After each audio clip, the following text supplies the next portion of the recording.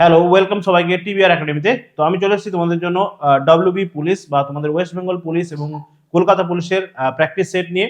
তো আজকে কিন্তু আমরা আমাদের জেনারেল অ্যাওয়ারনেসের যে কোয়েশ্চেনগুলো রয়েছে, যেগুলো কিনা আমাদের ডব্লিউবি পুলিশ বা ওয়েস্ট বেঙ্গল এসআই বা ওয়েস্ট বেঙ্গল কনস্টেবলের ক্ষেত্রে এক্সামের ক্ষেত্রে যেগুলো এসে থাকে বা যেগুলো সাজেস্টিভ কোয়েশ্চেনগুলো, সেগুলো নিয়ে কিন্তু আমরা ডিসকাস করব। তো আজকে কিন্তু আমরা সেট নাম্বার 9 নিয়ে ডিসকাস করব। এর আগে কিন্তু অলরেডি আমরা 8টা সেট ডিসকাস করে ফেলেছি। তো যারা এখনো পর্যন্ত ক্লাসগুলো দেখোনি, অবশ্যই করে গিয়ে আমাদের ক্লাসগুলো দেখো। আমাদের কিন্তু প্লেলিস্ট করা রয়েছে, সেই প্লেলিস্টে গেলে কিন্তু তোমরা আগের ক্লাসগুলো পেয়ে যাবে। তো অবশ্যই করে কিন্তু তোমরা আগের ক্লাসগুলো দেখবে। তোমাদের এক্সাম পার্সপেক্টিভ থেকে যেগুলো ইম্পর্টেন্ট কোয়েশ্চেন, সেগুলো নিয়ে কিন্তু আমরা ডিসকাস করছি। তো চলো আজকে আমরা সেট নাম্বার 9 নিয়ে ডিসকাস করব। তো যারা যারা সিরিয়াসলি কিন্তু ডব্লিউবি পিএসআই বা ডব্লিউবিপি কনস্টেবল কেপি এগুলোকে টার্গেট করছো, অবশ্যই করে কিন্তু তোমরা ক্লাসগুলো দেখতে থাকো। ক্লাসগুলো কিন্তু তোমাদের জন্য খুবই বেনিফিশিয়াল হবে। চলো, তো তোমরা কিন্তু টেলিগ্রাম চ্যানেল রয়েছে আমাদের, সেই টেলিগ্রাম চ্যানেলে জয়েন করতে পারো। এগুলো পিডিএফ গুলো কিন্তু তোমরা সেই টেলিগ্রাম চ্যানেল থেকে কিন্তু পেয়ে যাবে। চলো, তো ফার্স্ট কোয়েশ্চেন যেটা আমাদের রয়েছে, দেখো রাজরাজেশ্বর মন্দির কোথায় অবস্থিত। তো দেখো, রাজরাজেশ্বর টেম্পল আমরা সবাই জানি, এটা খুব একটা বিখ্যাত একটা মন্দির। তো এর আগে দেখো আমরা 120টা কোয়েশ্চেন অলরেডি ডিসকাস করে ফেলেছি। তো আজকে আমরা 121 নাম্বার কোয়েশ্চেন থেকে স্টার্ট করছি। দেখো, রাজরাজেশ্বর টেম্পল, তাহলে এটা খুবই একটা ইম্পর্টেন্ট একটা টেম্পল, যেটা আমাদের সাউথ ইন্ডিয়া বা দক্ষিণ ভারতে রয়েছে। তো সেটা কোথায় রয়েছে সেটা কিন্তু আমাদেরকে বলতে হবে। দেখো, অপশনগুলো দেওয়া রয়েছে কর্ণাটক, পান্ডো, তাঞ্জোর নাকি অঙ্করভাট। কোথায় রয়েছে আমাদের এই রাজরাজেশ্বর টেম্পল? তাহলে রাইট অ্যান্সার এখানে আমাদের হয়ে যাচ্ছে তাঞ্জোর। ঠিক আছে, এই রাজরাজেশ্বর টেম্পলটা রয়েছে আমাদের তাঞ্জোরে। ঠিক আছে, তাঞ্জোরে রয়েছে রাজরাজেশ্বর টেম্পল। তাহলে এই রাজরাজেশ্বর টেম্পল যেটা তাঞ্জোরে রয়েছে, এটা কে তৈরি করিয়েছিলেন? তাহলে মনে রাখতে হবে, এই রাজরাজেশ্বর টেম্পলটা তৈরি করিয়েছিলেন কিন্তু আমাদের চোল রাজা। ঠিক আছে, বিখ্যাত একজন চোল রাজা, রাজরাজা চোল। ঠিক আছে, রাজরাজ চোল প্রথম কিন্তু এটাকে নির্মাণ করিয়েছিলেন, রাজরাজ চোল। ঠিক আছে, রাজরাজ চোল বা প্রথম রাজরাজ চোল বলবো আমরা। ঠিক আছে, প্রথম বা ফার্স্ট। ঠিক আছে, প্রথম রাজরাজ চোল এটাকে কিন্তু নির্মাণ করিয়েছিলেন এই রাজরাজেশ্বর টেম্পলটাকে। ঠিক আছে, যেটা রয়েছে কিনা আমাদের তাঞ্জোর। ঠিক আছে, তাঞ্জোরটা তামিলনাড়ুর মধ্যে আসছে, তাঞ্জোরে রয়েছে রাজরাজেশ্বর টেম্পল। চলো নেক্সট কোয়েশ্চেন আমরা এগিয়ে যাব। নেক্সট কোয়েশ্চেন কি রয়েছে দেখো, কোয়েশ্চেন নাম্বার 122 বলছে চম্বল কোন নদীর উপনদী। চম্বল কোন নদীর উপনদী সেটা আমাদেরকে বলতে হবে। তাহলে রাইট অ্যান্সার কি হবে? অপশন দেখে নেবো আমরা। বলছে কাবেরী, মহানদী, গঙ্গা নাকি যমুনা। চম্বল কোন নদীর উপনদী। ঠিক আছে, উপনদী এবং শাখা নদীগুলো তোমরা একটু ভালো করে খেয়াল করবে। উপনদী আমরা সেই নদীগুলোকেই বলবো যে নদীগুলো কিন্তু এসে মূল নদীর সঙ্গে মিশছে, সেটাকে বলছি আমরা উপনদী। এবং মূল নদী থেকে যেই নদীগুলো বেরিয়ে যাচ্ছে সেগুলোকে বলবো আমরা শাখা নদী। মানে ব্যাপারটা এরকম, এইটা যদি আমাদের মূল নদী হয়, ঠিক আছে, এইটা যদি আমাদের মূল নদী হয়, তাহলে যেই নদীগুলো এসে মূল নদীর সঙ্গে মিশছে, যেই নদীগুলো এসে মূল নদীর সঙ্গে মিশছে, ঠিক আছে, সেইগুলোকে আমরা বলছি উপনদী। ঠিক আছে, এইগুলোকে আমরা বলবো উপনদী। ঠিক আছে, উপনদী। এইটা হচ্ছে আমাদের মূল নদী। ঠিক আছে, তাহলে এইটা হচ্ছে উপনদী। এবারে এই মূল নদী থেকে যেগুলো বেরিয়ে চলে যাচ্ছে, ঠিক আছে, এগুলো যেগুলো বেরিয়ে চলে যাচ্ছে এগুলোকে আমরা বলবো কি? এগুলোকে বলবো আমরা শাখা নদী। ঠিক আছে, শাখা নদী। তাহলে রাইট অ্যান্সার এখানে কি হবে? দেখো, বলছে চম্বল কোন নদীর উপনদী। তাহলে চম্বল কোন নদীর উপনদী? রাইট অ্যান্সার হবে দেখো এখানে, তাহলে আমাদের অপশন ডি যমুনা হয়ে যাচ্ছে এখানে আমাদের রাইট অ্যান্সার। তাহলে চম্বল হচ্ছে যমুনা নদীর একটা উপনদী। ঠিক আছে, যমুনা নদীর একটা উপনদী হচ্ছে চম্বল। ঠিক আছে, চলো নেক্সট কোয়েশ্চেন আমরা এগিয়ে যাব। নেক্সট কোয়েশ্চেন কি রয়েছে আমাদের কাছে? কোয়েশ্চেন নাম্বার 123 বলছে নামদফা ন্যাশনাল পার্ক কোন রাজ্যে অবস্থিত। নামদফা ন্যাশনাল পার্ক কোন রাজ্যে অবস্থিত? দেখো, ন্যাশনাল পার্ক কিন্তু খুবই ইম্পর্টেন্ট একটা টপিক, শুধুমাত্র তোমাদের যে কলকাতা পুলিশ নয়, অন্যান্য যে কম্পিটিটিভ এক্সাম গুলো রয়েছে তার জন্য এই ন্যাশনাল পার্ক কিন্তু একটা খুবই ইম্পর্টেন্ট টপিক। তোমরা নিশ্চয়ই খেয়াল করছো, প্রত্যেকটা সেটে কিন্তু একটা বা দুটো কোয়েশ্চেন এই ন্যাশনাল পার্ক রিলেটেড থাকছে। তাহলে ন্যাশনাল পার্ক গুলো যেগুলো, সেগুলো কিন্তু আমাদের ভালো করে খেয়াল রাখতে হবে। চলো, তাহলে বলছে নামদফা ন্যাশনাল পার্ক কোথায় বা কোন রাজ্যে অবস্থিত। অপশন দেখো, বলছে মণিপুর, অরুণাচল প্রদেশ, মিজোরাম নাকি মেঘালয়। রাইট অ্যান্সার কি হবে? নামদফা হচ্ছে আমাদের অরুণাচল প্রদেশ। ঠিক আছে, অরুণাচল প্রদেশ, নামদফা হচ্ছে আমাদের অরুণাচল প্রদেশে অবস্থিত। অরুণাচল প্রদেশের ক্ষেত্রে আর একটা ফ্যাক্ট আমাদের কি মনে রাখতে হবে, যে অরুণাচল প্রদেশ হচ্ছে কিন্তু আমাদের ভারতবর্ষের পূর্বতম রাজ্য। ঠিক আছে, ভারতবর্ষের পূর্বতম রাজ্য হচ্ছে অরুণাচল প্রদেশ। ঠিক আছে, চলো নেক্সট কোয়েশ্চেনে এখানে আমরা চলে আসবো।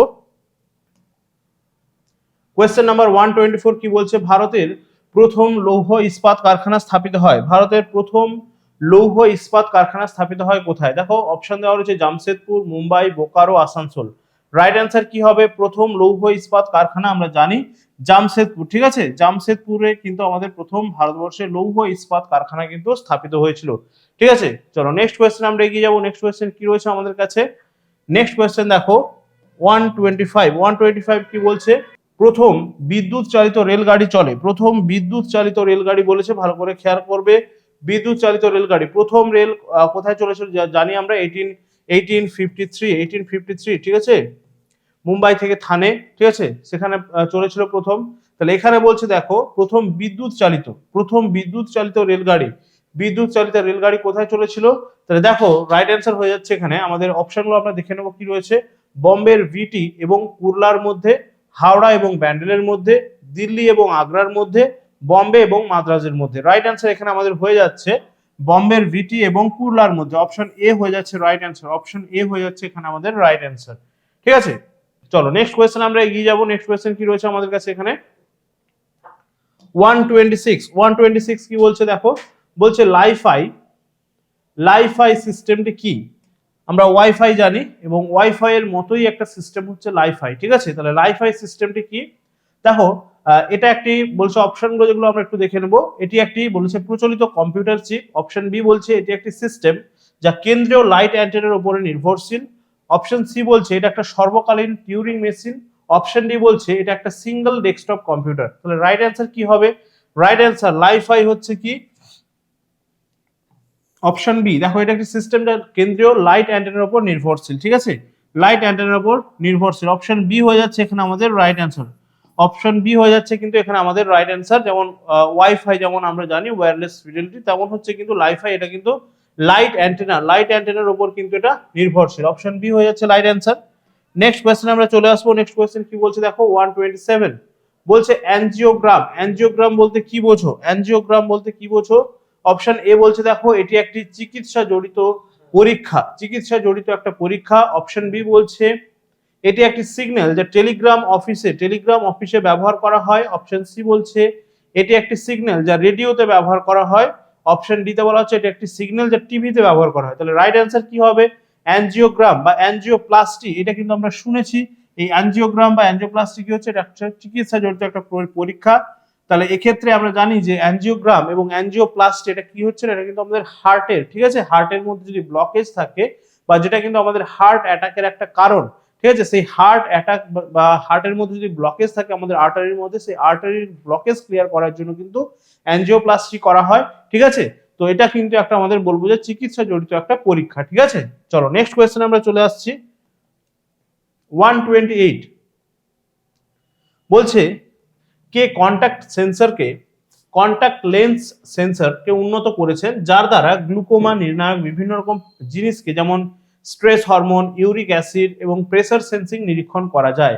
তাহলে এখানে সেই বিজ্ঞানীর নাম বলতে হবে যিনি কন্টাক্ট লেন্স, ঠিক আছে, কন্টাক্ট লেন্সকে উন্নত করেছেন যার দ্বারা গ্লুকোমা, এই গ্লুকোমা টার্মটা আমাদেরকে মনে রাখতে হবে। গ্লুকোমা কি হচ্ছে? আমাদের একটা চোখের একটা রোগ, ঠিক আছে, গ্লুকোমা হচ্ছে একটা চোখের একটা রোগ। তাহলে সেক্ষেত্রে এই গ্লুকোমা নির্ণায়ক বিভিন্ন রকম জিনিসগুলো যেগুলোতে আমাদের গ্লুকোমা হওয়ার কারণ থাকছে, তাহলে সেগুলো যেমন স্ট্রেস হরমোন আমরা দেখছি বা ইউরিক অ্যাসিড, এগুলোকে কিন্তু সেগুলো দ্বারা পরীক্ষা করা যাচ্ছে, ঠিক আছে। তাহলে সেই বিজ্ঞানীর নাম কি এখানে আমাদের দেখে নিতে হবে। অপশন এ বলছে প্রফেসর কিট, অপশন বি বলছে professor Greg Harman, option C বলছে প্রফেসর সেন্সার, অপশন ডি বলছে প্রফেসর ব্লেক উইলিয়াম। তাহলে রাইট অ্যান্সার কি হবে? রাইট অ্যান্সার হয়ে যাচ্ছে আমাদের অপশন বি, ঠিক আছে, অপশন বি হয়ে যাচ্ছে এখানে আমাদের right answer. Professor Greg Harman, ঠিক আছে, প্রফেসর গ্রেগ হারমান হয়ে যাচ্ছে এখানে আমাদের রাইট অ্যান্সার। চলো নেক্সট কোয়েশ্চেন আমরা চলে আসবো। নেক্সট কোয়েশ্চেন কি রয়েছে আমাদের কাছে? 129 কি বলছে দেখো, বলছে the servants of India society কে গঠন করেন? The servants of India society কে গঠন করেছিলেন?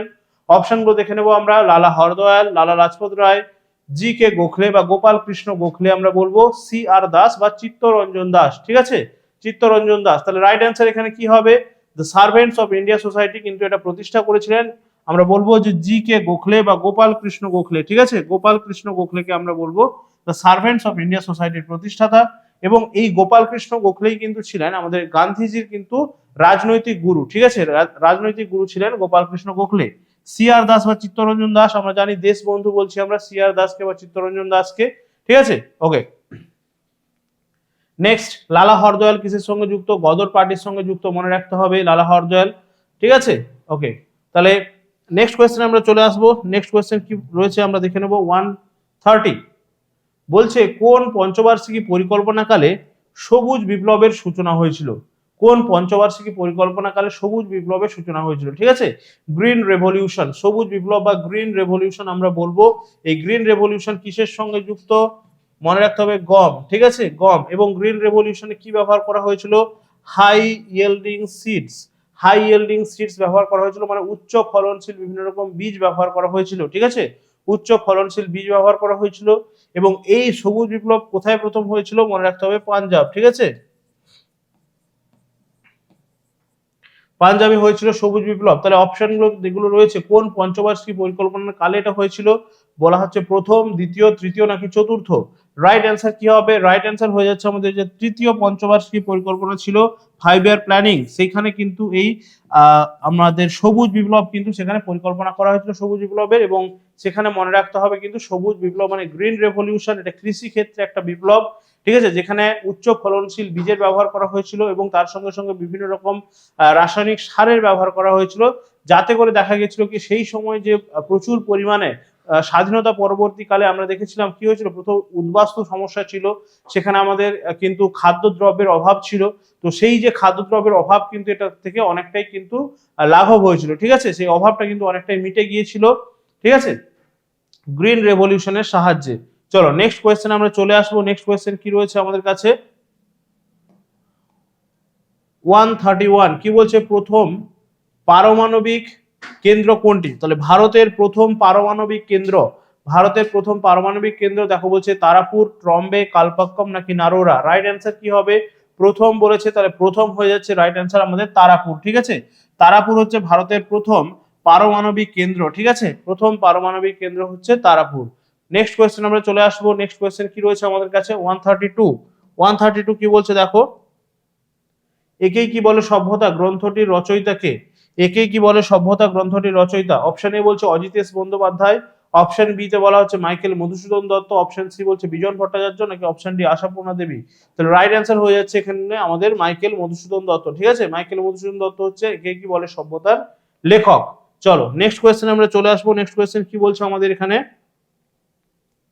133 বলছে সমান নিউট্রন সংখ্যা কিন্তু ভিন্ন পরমাণু ক্রমাঙ্কের পরমাণুকে কি বলা হচ্ছে? এখানে আমাদের মনে রাখতে হবে নিউট্রন সংখ্যাটা সমান রয়েছে, নিউট্রন সংখ্যাটা সমান রয়েছে। তাহলে রাইট অ্যান্সার কি হবে? অপশন কি কি দেওয়া রয়েছে দেখো, বলছে আইসোবার, আইসোটোপ, তার সঙ্গে দেওয়া রয়েছে আইসোমার এবং আইসোটোন। তাহলে নিউট্রন সংখ্যাটা যেখানে সমান, নিউট্রন সংখ্যাটা যেখানে সমান সেটা হয়ে যাচ্ছে আমাদের আইসোটোন, আইসোটোন। ঠিক আছে, নিউট্রন সংখ্যাটা যেখানে সমান সেটা হয়ে যাচ্ছে আমাদের আইসোটোন। আইসোবার হলে কি হবে? ভর সংখ্যা সমান হবে। ঠিক আছে, ভর সংখ্যা সমান। ঠিক আছে, আইসোবারের ক্ষেত্রে ভর সংখ্যা সমান, আইসোটোপের ক্ষেত্রে আমরা বলবো যে প্রোটন সংখ্যাটা, ঠিক আছে, প্রোটন সংখ্যা সমান।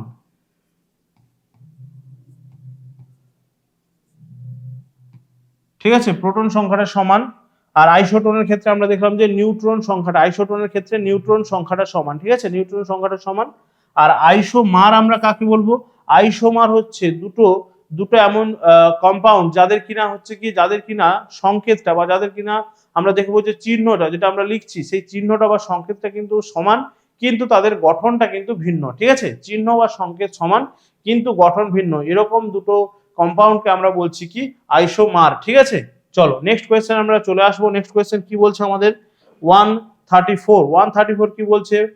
134 বলছে এক্স রশ্মি যার মধ্যে দিয়ে যেতে পারে না, এক্স রশ্মি যার মধ্যে দিয়ে যেতে পারে না বলেছে। তাহলে কার মধ্যে দিয়ে এক্স রশ্মি যেতে পারে না? অপশন দেওয়া রয়েছে দেখো, মাংস, হাড়, লোহা নাকি সোনা? তাহলে রাইট অ্যান্সার কি হয়ে যাবে? এক্স রশ্মি কার মধ্যে দিয়ে যেতে পারছে না? রাইট অ্যান্সার কিন্তু এখানে তোমরা সবাই পারবে। একটু যদি তোমরা ভাবো, যখন আমাদের কোনো কারণে আমরা দেখি যে হাত ভেঙে গেছে বা আমাদের কোথাও শরীরের মধ্যে কোনো অর্গান ধরো কোনো ড্যামেজ আছে কিনা সেগুলোকে পরীক্ষা করার জন্য কি করেন না, ডক্টররা কিন্তু এক্স রে করার জন্য আমাদেরকে পরামর্শ দেন বা আমাদেরকে সাজেস্ট করেন এক্স রে করতে। বিশেষ করে আমাদের হাড় কোথাও ভেঙে গেছে কিনা বা হাড়ের জয়েন্ট কোথাও কিন্তু নড়ে গেছে কিনা সেই সমস্ত জানার জন্য আমাদের কিন্তু কি করা হয়? এক্স রে সাজেস্ট করা হয়। তাহলে সেক্ষেত্রে আমরা যখন যাই তাহলে মনে রাখতে হবে যে এক্স রেটা তখনই করা সম্ভব হচ্ছে যখন কি হচ্ছে না, হাড়ের মধ্যে দিয়ে কিন্তু এক্স রশ্মি যেতে পারছে না, শুধুমাত্র মাংসকে ভেদ করতে পারছে এক্স রশ্মি। তো তার ফলে কিন্তু আমরা বলবো যে তার একটা প্রতিচ্ছবি কিন্তু আমরা পাচ্ছি এক্স রে প্লেটে, যে আমাদের হাড়টা কোথাও ভেঙে গেছে কিনা। ঠিক আছে, তাহলে হাড়ের মধ্যে দিয়ে যেতে পারছে না, শুধুমাত্র কিন্তু মাংসের মধ্যে দিয়ে বা মাংসকে ভেদ করে যেতে পারছে এক্স রশ্মি। ঠিক আছে, মনে রাখতে হবে। ঠিক আছে, তাহলে এক্স রশ্মি আবিষ্কার করেছিলেন কে? এক্স রশ্মি আবিষ্কার করেছিলেন বিজ্ঞানী রন্টজেন। ঠিক আছে, রন্টজেন মনে রাখতে হবে। রন্টজেন এক্স রশ্মি আবিষ্কার করেছিলেন, এবং রন্টজেন এক্স রশ্মি আবিষ্কার করার জন্য কিন্তু তিনি প্রথম নোবেল পুরস্কার পেয়েছিলেন। ঠিক আছে, নোবেল পুরস্কার পেয়েছিলেন প্রথম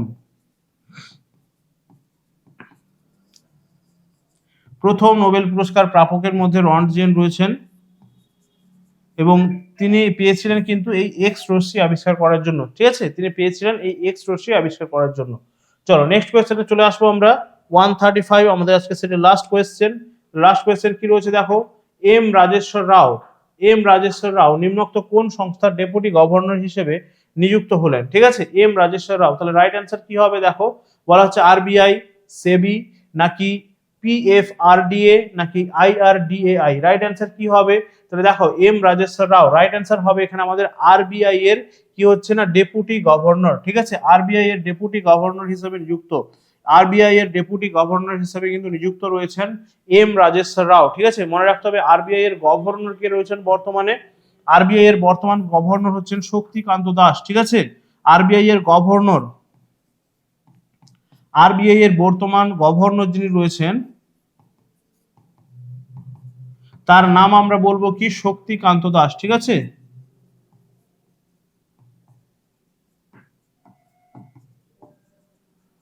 মনে রাখতে হবে বর্তমান গভর্নরের নাম হচ্ছে শক্তিকান্ত দাস, এবং এম রাজেশ্বর রাও হচ্ছেন আমাদের ডেপুটি গভর্নর। এম রাজেশ্বর রাওর সঙ্গে আরো কিন্তু বেশ কয়েকজন ডেপুটি গভর্নর রয়েছেন। ঠিক আছে, আচ্ছা সেবি আমরা জানি, সেবির কাজ হচ্ছে কি, আমাদের যে সিকিউরিটি এক্সচেঞ্জ রয়েছে, ঠিক আছে, সিকিউরিটি যে মার্কেট রয়েছে যেটাকে আমরা স্টক মার্কেট বলি, সেইটাকে যেমন আমাদের বিএসসি রয়েছে এবং এনএসসি রয়েছে তাদেরকে কন্ট্রোল করা। ঠিক আছে, ন্যাশনাল স্টক এক্সচেঞ্জ বা বম্বে স্টক এক্সচেঞ্জ যেগুলো রয়েছে তাদেরকে কন্ট্রোল করা হচ্ছে সেবির কাজ। ঠিক আছে, তাহলে সেবির যদি আমরা যদি দেখি সেবির বর্তমানে চেয়ারপারসন কে রয়েছেন সেবির, তাহলে সেক্ষেত্রে আমরা বলবো যে মাধবীপুরী বাজ। ঠিক আছে, মাধবীপুরী বাজ, মাধবীপুরী বাজ বর্তমানে কিন্তু এর চেয়ারপারসন রয়েছেন সেবির। ঠিক আছে, সেবির ফুল ফর্মটা যদি আমরা বলি যে সিকিউরিটিজ এক্সচেঞ্জ, ঠিক আছে, securities exchange board of India, securities exchange board of India, তার বর্তমান যিনি চেয়ারপারসন রয়েছেন মাধবীপুরী বাজ। এবং আইআরডিএআই, আইআরডিএআই কি হচ্ছে না, আমরা বলবো যে রুরাল ডেভেলপমেন্ট। ঠিক আছে, রুরাল ডেভেলপমেন্টের জন্য একটা আমাদের সংস্থা রয়েছে। এবং পিএফআরডিএ যেটা রয়েছে, পিএফ এটা হচ্ছে পেনশন, পেনশন যারা পেনশন পান যারা হচ্ছে চাকরি থেকে রিটায়ারমেন্টের পরে, তাহলে সেই পেনশন যারা পাচ্ছেন এবং সেইটাকে কন্ট্রোল করার জন্য একটা অথরিটি হচ্ছে এই পিএফআরডিএ। ঠিক আছে, চলো তাহলে এইগুলো কিন্তু আমাদেরকে মনে রাখতে হবে। বর্তমান আরবিআই এর গভর্নর এবং তার সঙ্গে সঙ্গে সেবির যে হেড অফ দ্য ডিপার্টমেন্ট বা আমরা বলবো যে চেয়ারপারসন কে রয়েছেন। ঠিক আছে, তাহলে এই যে চেয়ারপারসনের নামগুলো আমাদেরকে কিন্তু মনে রাখতে হবে। তো এটাই ছিল আজকে আমাদের সেটের লাস্ট কোয়েশ্চেন। তো প্রত্যেকটা সেটের মতো কিন্তু এখানে তোমরা তোমাদের অ্যান্সার কিটা পেয়ে যাচ্ছ। তো এখানে কিন্তু প্রত্যেকটা কোয়েশ্চেনের অ্যান্সার গুলো করা রয়েছে, তোমরা কিন্তু নিজেরা এগুলো প্র্যাকটিস করতে পারবে, নিজেরা কিন্তু রিভাইজ করতে পারবে। তো অবশ্যই করে কিন্তু এই কোয়েশ্চেন গুলো তোমরা বারবার করে রিভাইজ করতে থাকো, বারবার করে প্র্যাকটিস করতে থাকো।